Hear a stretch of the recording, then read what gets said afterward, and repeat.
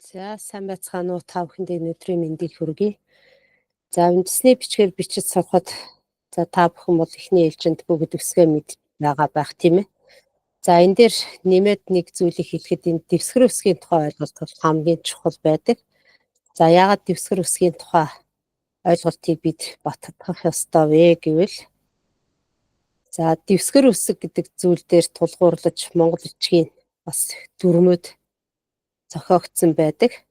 За дэвсгэр өсөг гэж бас яг юу хэлэх вэ гэдэг талаар та бүхэнд тайлбарлая. За ер нь үе битүүлэн ордог үсгийг бид нэр дэвсгэр өсөг гэж нэрлэнэ. За ихшгээр төгссөн үгийг бид нэр задгаа үе. За гийгүүлэгчээр төгссөн үеийг бид битүү үе гэж нэрлэдэг. За энэ задгаа битүү үеийн тухай ойлголт бол энэ үгийн дунд буюу адагт ордог гэж ингэж ойлгож болно. За тэгэхээр дэвсгэр өсөг гэдэг бол ерөнхийдөө яах нь дандаа үеийг битүүлж орно гэж юм. За тэгэхээр Монгол бичигт дэвсгэр өсгийг хатуу дэвсгэр, зөөлөн дэвсгэр гэж хоёр ангилдаг. За хатуу дэвсгэр гэдэг бол за Б, Г, Р, С, Д гэсэн одоо өсгүүд байдаг. За энд бол үгийн дунд орж байгаа дэвсгэр өсөг, үгийн надагт одоо дэвсгэрлэж орж байгаа хэлбэрүүдийг энд бичсэн байгааг та бүхэн анзаарч байгаах. За энд Г өсөг маань өөрөө эр үг, им үг гэсэн хоёр одоо ялгамжтайгаар бичигдгийг бас санаарай. За тэгэхээр эр үгэнд орсон Г, им үгэнд орсон Г ч гэсэн бас яах нь дэвсгэрлэж одоо орж болно гэж ойлгох. За тэгэхээр бид нэр үндэсний бичигт бол энийг багарсаад гэж бас тогтоож цээжилжсээр ирсэн байгаа. За та бүхэн санаж байгаа бол за энийг эргээд санаарай. За зөөлөн дэвсгэр өсөг гэдэг бол маналанг буюу одоо манлан гэсэн үгээр бас нэрлэж тогтоодог. За им өсөг, энэ өсөг, ил өсөг, за инклэг өсгийг энэ зөөлөн дэвсгэрт оруулж ирж байгаа. За тэгэхээр инклэг өсөг, Г өсөг хоёрыг бас ялгаж одоо харах хэрэгтэй. За Г өсөг, им үгэнд ордог Г өсөг, инклэг өсөг хоёр ижилхэн одоо ерөнхий хэлбэр дүрсний ижил боловч за инг өсөг нь бол инклэг өсөг нь бол шүдтэй байгааг бас анзаараарай. Энэ шүд бол энэ өсөг байна гэсэн. Энэ Г-гийн нийлэмж байна л гэсэн үг шүү дээ тийм ээ. За тэгэхээр үгийн надагт орж байгаа Г өсөг, инклэг өсөг хоёрыг бас ялгаж одоо харах хэрэгтэй. Тэгэхгүй тохиолдолд бид нар одоо юун дээр нөгөө зөөлөн дэвсгэрээр төгссөн үгэнд дагуулах одоо нөхцлүүд дээр бас нөгөө Г өсөг, инклэг өсөг хоёрыг ялгаж хараагүйгээс болж зарим нөхцөл дагавруудаас буруу одоо бичигддэг ийм одоо алдаа гаргах магадaltaй. Тийм учраас энэ хоёр одоо өсгийг ялгаж бас ингэж харах хэрэгтэй байх нэ. За тэгэхээр хатуу дэвсгэр, зөөлөн дэвсгэр гэсэн ойлголтыг бол сэргээн одоо сануулах. За та бүхэндээ дасгал даалгавар ажиллуулъя. За дэвсгэр өсгөр төгссөн үгийг олоорой гэсэн. За ийм сорил байна. За A, B, C, D гэсэн одоо дөрвөн үг өгсөн. За энэ дотроос дэвсгэр өсгөр төгссөн үгийг олоорой. За тэгэхээр эхний үг бол за та бүхэн бол өсгөлээд уншиж байгаа бах. За тэгэхээр ерөнхийдөө бид нар ингээд ажиглах юм бол A дээр байгаа үг, C дээр байгаа үг, D хөлбөр дээр байгаа үгс бол ерөнхийдөө энэ үгийн төгсгөлд орж байгаа их шиг байна гэдгийг харах хэрэгтэй. За тэгэхээр B хөлбөр дээр байгаа үг бол яах нь эр гэдэг одоо гийгүүлэгчээр төгссөн байна гэж. Тэгэхээр дэвсгэр өсөг гэдэг бол ерөнхийдөө гийгүүлэгчдээр яригддаг. Тэгэхээр ишгээр төгссөн байх юм бол энэ ямар нэгэн дэвсгэр одоо өсгийн тухай ойлголт байхгүй гэж ингэж ойлгоорой. За тэгвэл энэ тесттэй хариулт бол B хариулт байна гэж. За тэгвэл дараачих нь.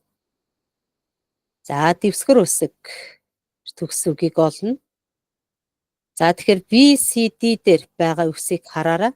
За гуруулаа бол сүүл одоо зурлагаар төгссөн байна гэдэг бол сүүлээр төгсдөг. За А, Э гэсэн хоёр одоо их шиг байдгийг та бүхэн санаж байгаа байх тийм ээ. За тэгвэл энэ B, C, D гэсэн хувилбар бол биш байна гэдэг нь харагдаж байна. За үгийн төгсгөлд орж байгаа D гэдэг одоо гийгүүлэгч бид нэр энэ шүдтэй, эцтэй, сүүл гэдэг одоо ийм зурлагаар бичдэг гэдгийг бас эргэж харах хэрэгтэй. За тэгэхээр энэ дээрээс бид нэр яах нь одоо B хувилбар бол за зөв одоо хариулт нь байна гэж ингэж харагдана. За тэгэхээр эхний тестэн дээр B хариулт, дараачийн тестэн дээр E гэсэн хариулт бол зөв хариулт нь байна. За дэвсгэр өсгөр төгссөн байна гэж. За тэгвэл D гэдэг ийгүйлэгчийг одоо таних бас нэг аргачлал байгаа. За D гэдэг ийгүйлэгчийг бид нар бол үгийн дунд байгаа тохиолдолд бол таниад явцдаг. Хамгийн гол нь үгийн төгсгөлд орсон тохиолдолд нь одоо яаж таних вэ гэдэг ийм аргачлал. За үгийн төгсгөлд энэ шүд гэдэс сүүл, шилэв гэдэс сүүл, за мөн 2 гэдэс давхарлаж сүүл орсон байх юм бол энэ D үсгээр төгссөн үг байна гэж ингэж харах боломжтой.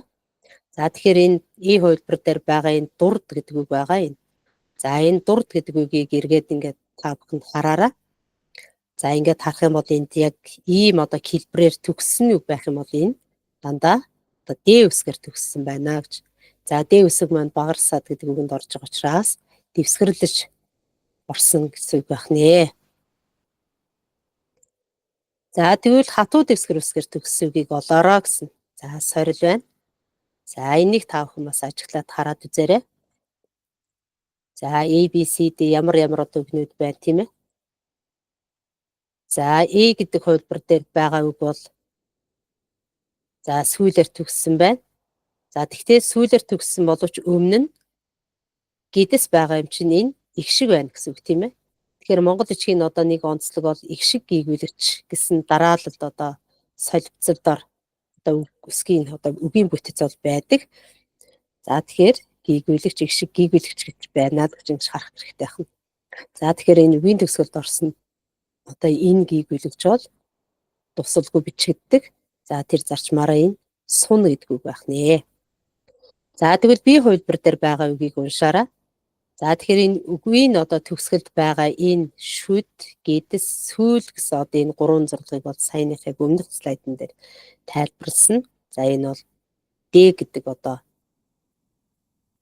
гийгүүлэгч дэвсгэрээр одоо төгсөг байна гэдэг нь харах. За тэгэхээр энэ C хувилбар дээр байгаа нь бол U ихшгээр төгссөн байна.